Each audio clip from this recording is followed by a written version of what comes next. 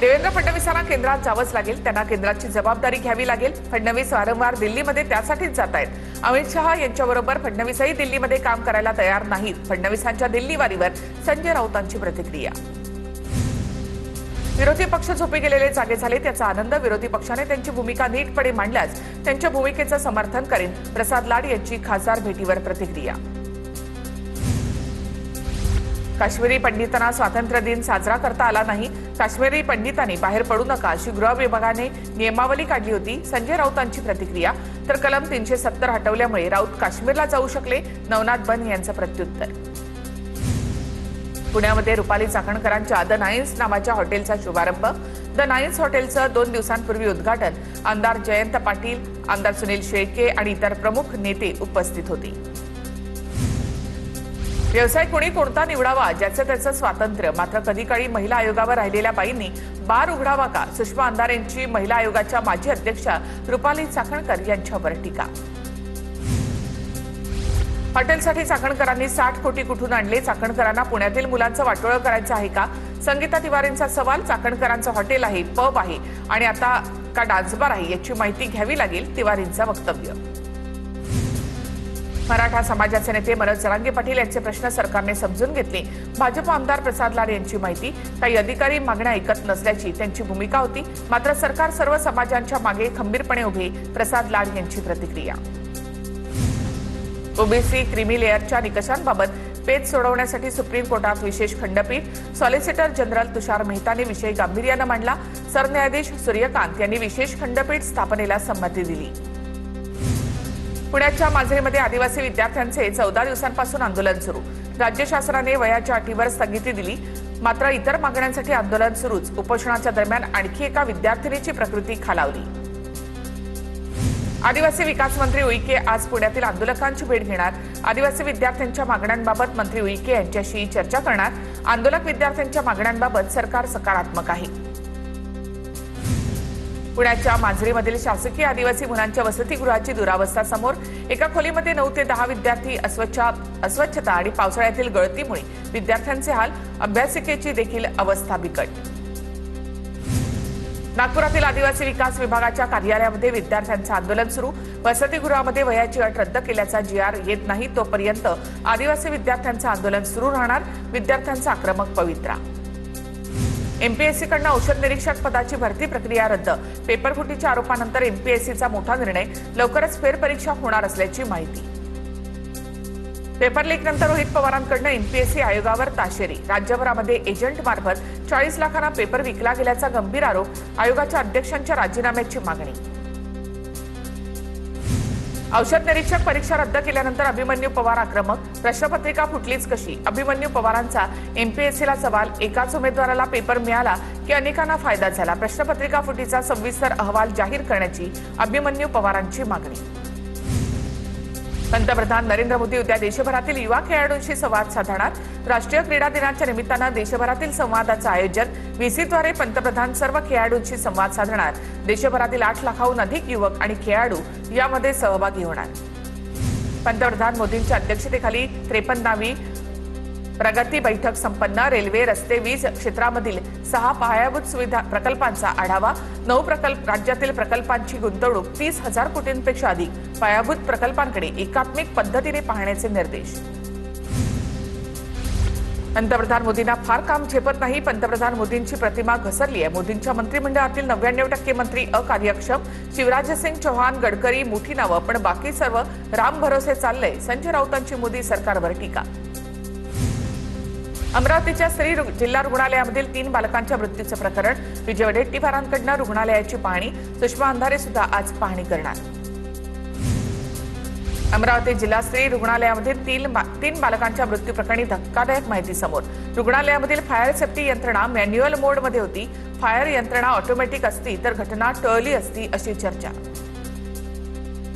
अमरावती जिल्हा स्त्री रुग्णालयामधील 3 बालकांच्या मृत्यूचं प्रकरण। घटनेची आरोग्य संचालकांकडून चौकशी समितीने रुग्णालयाचे 7 दिवसांचे सीसीटीव्ही फुटेज मागितलं। सीसीटीव्हीच्या माध्यमातून अनेक गोष्टी समोर येण्याची शक्यता। रायगडच्या नागोठणेमधील उड्डाणपुलाची आदित्य ठाकरे पाहणी करणार। उड्डाणपुलाला भेगा पडल्यामुळे पूल वाहतुकीसाठी बंद। मुंबई गोवा महामार्गाच्या कामाची देखील आदित्य ठाकरे पाहणी करणार। नवी मुंबईतील कंत्राटदार गजानन देवकते यांची आत्महत्या. कोट्यवधींची बिलं अडकून पडल्यामुळे आत्महत्या, कुटुंबाचा आरोप. देवकतेंचे 2 कोटींचं बिल 2 वर्षांपासून थकीत असल्याची माहिती समोर. कंत्राटदार गजानन देवकतेंच्या आत्महत्येनंतर कंत्राटदार महासंघ आक्रमक.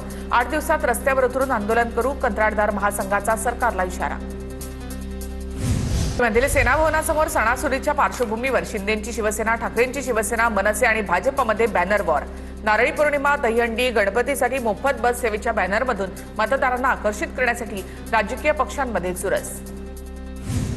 महाराष्ट्रामध्ये मराठी भाषेचा मुद्दा तापलेला असतानाच पनवेलमध्ये मनसेकडनं बॅनरबाजी. महाराष्ट्रात फक्त मराठीच असा संदेश देणारा बॅनर मनसे नेते सचिन जाधव यांनी लावला. मालेगाव पालिकेमध्ये उपमहापौराच्या दालनामध्ये पुन्हा एकदा टिपू सुलतानचा फोटो. टिपू सुलतानच्या फोटोवरून हिंदुत्ववादी संघटनांचा अल्टिमेटम. फोटो हटवा अन्यथा महापालिकेत घुसून आंदोलन करण्याचा इशारा. विश्व हिंदू परिषदेसह हिंदुत्ववादी संघटनांचा इशारा.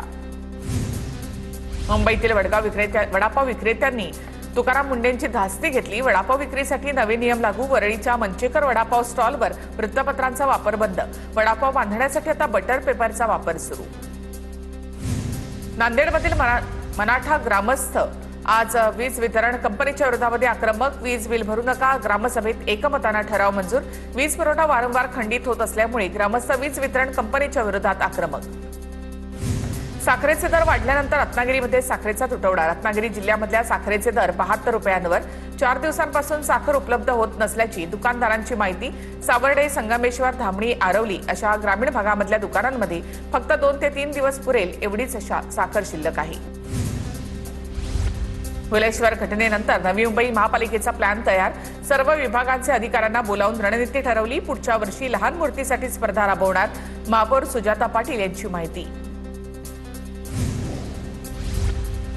मुंबईतील भुलेश्वरच्या राजाची मूर्ती कोसळल्याचं प्रकरण. मूर्तीच्या मागच्या बाजूला असलेली वेल्डिंग 2 वेळा तुटल्याची माहिती. मूर्तिकार अनिकेत देसाई यांचा जबाब मुंबई पोलिसांनी नोंदवला. 2 वेळा वेल्डिंग तुटल्यामुळे मूर्तीचा तोल गेल्याचं तपासामध्ये समोर. गणेशमूर्ती फिटनेस प्रमाणपत्राबाबत बीएमसीकडनं कोणतेही निर्देश नाहीत. मुंबई महापालिका प्रशासनाचं स्पष्टीकरण. संबंधित वृत्त वस्तुस्थितीला धरून नाही. पालिका प्रशासनाने अशा प्रकारचे कोणतेही निर्देश दिलेले नाहीत. बीएमसीचं स्पष्टीकरण. भाजप शहर अध्यक्ष सुनील केदार कुंभमेळा प्राधिकरणावर नाराज. बैठकीला बोलावून अधिकारी उपस्थित न राहिल्यामुळे नाराजी. पत्र लिहून सुनील केदार यांची मुख्यमंत्र्यांकडे तक्रार. तुळजाभवानी मंदिरामध्ये दर्शन भागामध्ये बदल. भाविकांसाठी मुख्यद्वार आजपासून 4 दिवस बंद. सलग सुट्ट्यांमुळे दर्शन मार्गामध्ये बदल. अभिनेत्री कृती सेननची वादग्रस्त जाहिरात हटवली. जाहिरातीमधील तोकड्या कपड्यांवरून झाला होता वाद.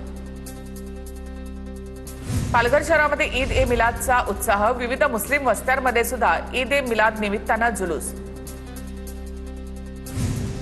जालना जिल्ह्यामध्ये गेल्या 20 ते 25 दिवसांपासून पावसाने दडी मारल्यामुळे सोयाबीन आणि कपाशी पिकं धोक्यात. परतूर तालुक्यामध्ये अनेक ठिकाणी पिकं करपल्याचं चित्र असून तुषार सिंचनामधून पिकं वाचवण्याची शेतकऱ्यांची धडपड सुरू. लासलगावहून दिल्लीला कांदा रवाना होण्यास 25 तासांचा विलंब. मालगाडीला उशीर झाल्यामुळे 90,000हून अधिक दंड. लासलगाव बाजार समितीमध्ये सरासरी दरातही 251 रुपयांची घसरण. वाशिम जिल्ह्यामध्ये गेल्या 15 दिवसांपासून पावसाने दडी मारल्यामुळे खरीप पिकं धोक्यात. सिंचनाची सोय असलेल्या शेतकऱ्यांकडनं स्प्रिंकलर्सद्वारे पिकांना पाणी देण्यावर भर, तर पाण्याची सोय नसलेल्या शेतकऱ्यांची पिकं संकटात. शेतकऱ्यांना मोठ्या पावसाची प्रतीक्षा. जळगावसह खान्देश आणि विदर्भात गेल्या 25 ते 30 दिवसांपासून पावसाने दडी मारल्यामुळे पूर्णा नदीच्या पाणी पातळीमध्ये मोठी वाढ. नदीचं पात्र उघडं पडलं असून पावसाने आणखी ओढ दिली तर पाणी टंचाईची चिंता वाढणार. भंडाऱ्यामध्ये सततच्या ढगाळ वातावरणामुळे धान पिकांवर खोडकिडीसह करपाडी अळींचा प्रादुर्भाव वाढला. रोवणी पूर्ण झाल्यानंतर रोगकिडींचा प्रादुर्भाव वाढल्यामुळे धान उत्पादक शेतकरी चिंतित. टिटवाळा परिसरातील केडीएमसी शाळांची युथ फॉर एज्युकेशन आणि कोकरोच जनता पार्टीच्या कार्यकर्त्यांकडनं पाहणी. विद्यार्थ्यांसह शिक्षकांशी संवाद साधून शाळांमधील समस्या आणि सुविधांचा आढावा घेतला. अहिल्यानगरच्या देहरे, नांदगाव आणि शिंगवे या गावातील विद्यार्थ्यांचा दररोज नगर मनमाड महामार्ग आणि रेल्वे ट्रॅक ओलांडून शाळेसाठी प्रवास. अपघाताचा धोका लक्षात घेता विद्यार्थी, पालक आणि शिक्षकांकडनं भुयारी मार्गाची मागणी. ग्रामसेवकांच्या बहिष्कारामुळे नांदेडच्या कोळीतील ग्रामसभा बरखास्त. जळगावातील ग्रामसेवकाच्या मृत्यू प्रकरणानंतर राज्यभरातील ग्रामसेवकांचा ग्रामसभांवर बहिष्कार टाकण्याचा निर्णय. मात्र बहिष्कारानंतर ग्रामस्थ संतप्त. पालघर जिल्हा परिषद निधी नियोजनावरून वाद. 4,53,00,000 रुपयांच्या पुरवणी आराखड्यामध्ये अनियमितता झाल्याचा ठाकरे गटाचा आरोप. मोखाडा आणि विक्रमगड तालुक्यांना झुकतं माप देत इतर तालुक्यांवर अन्याय केल्याचाही दावा. लोहा तहसील कार्यालयामध्ये नायब तहसीलदारांनी शेतकऱ्याची कॉलर पकडत हात उगारला. राजेश पाठक असं कॉलर पकडणाऱ्या नायब तहसीलदाराचं नाव. सर्व प्रकार कॅमेऱ्यामध्ये कैद. गैरवर्तन केल्याचा व्हिडिओ व्हायरल. मुंबई लोकलमधील पुरुषांच्या हाणामारीचा व्हिडिओ सोशल मीडियावर व्हायरल. लाथाबुक्क्यांनी मारहाण. प्रवाशांच्या सुरक्षेवर प्रश्नचिन्ह. चंद्रपूर किडनी विक्री प्रकरणी आरोपी डॉक्टर रवींद्र पाल सिंग आणि कृष्णा मल्लेश्यामला सध्या जामीन देता येणार नसल्याचे नागपूर खंडपीठानं स्पष्ट केलं. त्यानंतर दोन्ही आरोपींकडनं जामीन अर्ज मागे. परभणीच्या जिंतूरच्या डॉक्टर बाबासाहेब आंबेडकर चौकामध्ये उभ्या हायवा टिप्परच्या 2 बॅटऱ्या अज्ञात चोरट्यांनी पळवल्या.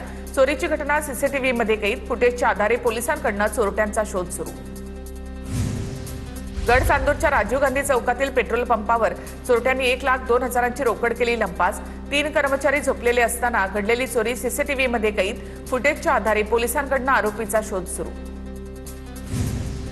बदलापूरमध्ये ज्वेलर्समध्ये गहाण ठेवलेले दागिने व्यापाऱ्यांना विकले. राग आल्यामुळे ज्वेलर्स व्यापाऱ्यांचं अपहरण. व्यापाऱ्याच्या पत्नीकडनं 79 ग्रॅम सोन्याचे दागिने लुटले. व्यापारी पोलिसात तक्रार करणार असल्याचं समजताच दुकानाची तोडफोड.